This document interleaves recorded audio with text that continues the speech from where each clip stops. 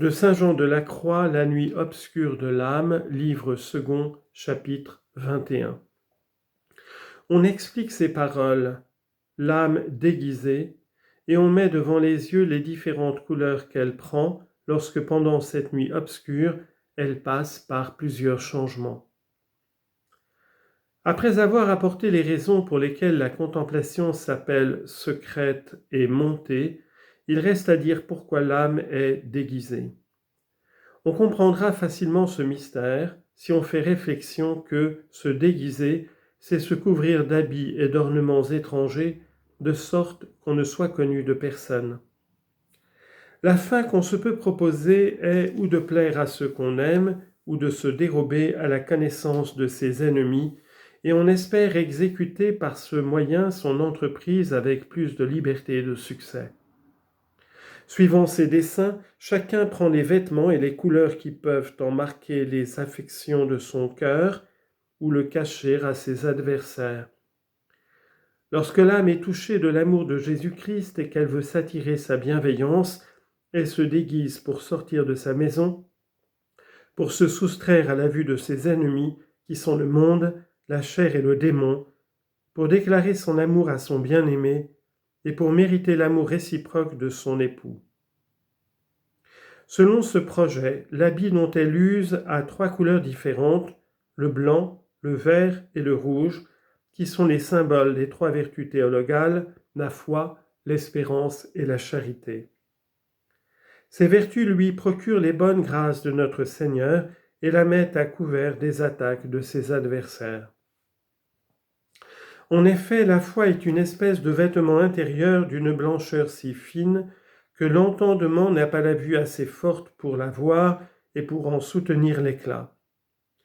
Ainsi, quand l'âme en est couverte, l'esprit malin ne peut ni la voir ni l'attaquer.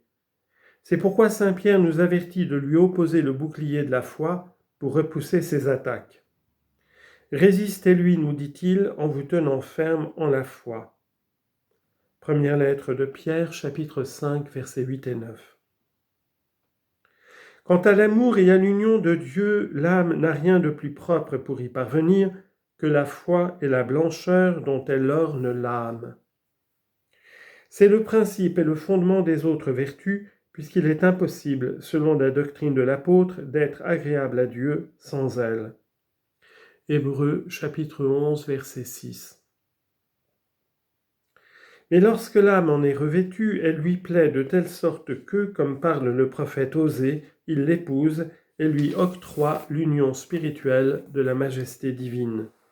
Osée chapitre 2, verset 20. Cette foi pure et candide apparut spécialement lorsque l'âme a passé par les ténèbres de la nuit obscure sans recevoir aucune lumière, ni de son esprit, ni de ses autres puissances, et lorsqu'elle a essuyé des épines affreuses, sans autre appui que celui d'une foi simple et constante. Tellement qu'elle peut dire avec David, « La foi que j'ai donnée à vos paroles m'a fait courir une carrière très dure et très fâcheuse. » Psaume 16, verset 4. L'âme ajoute à cette foi l'espérance qui est représentée par la couleur verte. Elle s'en couvre pour se défendre du monde, son second adversaire. Cette vertu l'encourage de telle sorte et la porte à la recherche de la vie éternelle avec tant de vivacité que tout l'univers ne lui paraît qu'une bagatelle de nulle valeur en comparaison de ce qu'elle espère. Aussi elle se dépouille de tout ce que la terre a de plus riche et de plus beau, comme d'un habit usé et méprisable, et elle ne s'attache qu'à ce que le ciel lui fait espérer. Elle s'élève si haut au-dessus des créatures qu'elle les perd toutes de vue. Elle se garantit enfin sous ce vêtement des attraits et des pièges du monde. Ce qui donne lieu à saint Paul de dire que l'espérance du salut est un casque. Thessaloniciens chapitre 5 verset 8. En effet, comme le casque nous couvre la tête de telle façon qu'il ne reste que de petites ouvertures pour se conduire, de même l'espérance couvre tellement les sens qui sont comme la tête de l'âme qu'elle n'y laisse que de petites ouvertures par lesquelles les yeux de l'esprit regardent les choses d'en haut sans voir celles qui sont sur la terre.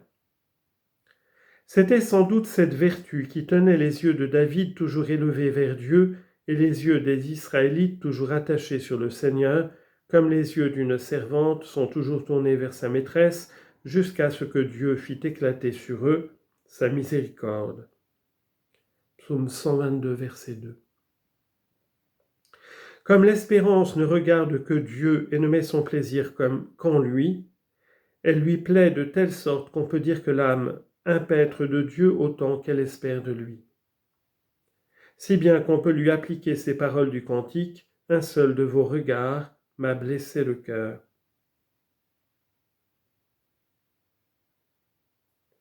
Chapitre 4, verset 9. L'âme ne devait pas sortir sans être accompagnée de l'espérance pour acquérir l'amour divin.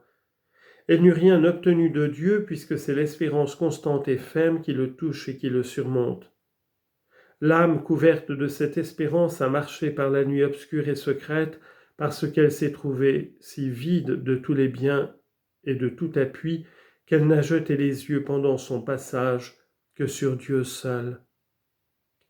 L'âme joint la couleur rouge aux deux premières couleurs pour signifier la charité qui l'a conduit à une perfection si éminente et qui lui communique une beauté si rare qu'elle peut dire, fille de Jérusalem, je suis noire mais je suis belle, c'est pourquoi le roi m'a aimée et m'a reçue en sa chambre. Cantique des Cantiques, chapitre 1, verset 4. Cette charité non seulement protège l'âme et la dérobe à la chair, qui est son troisième ennemi, mais elle donne aussi de la force aux autres vertus pour la défendre et de la beauté pour être agréable à l'époux divin. Car sans elle, aucune vertu ne plaît au Seigneur. Aussi est-ce là qu'il repose, comme il est remarqué dans les cantiques sacrés.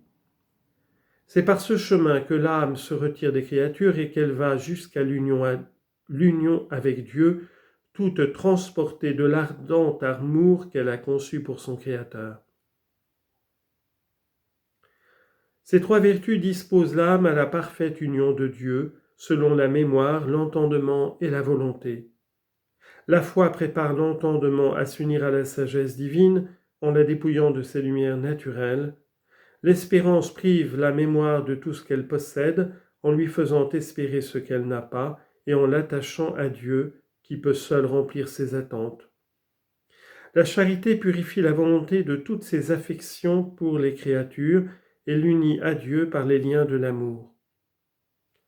C'est donc un grand bonheur pour l'âme de s'être revêtue de ces vertus et d'avoir persévéré dans son voyage jusqu'à ce qu'elle soit arrivée à l'union, comme elle l'assure dans le vers suivant.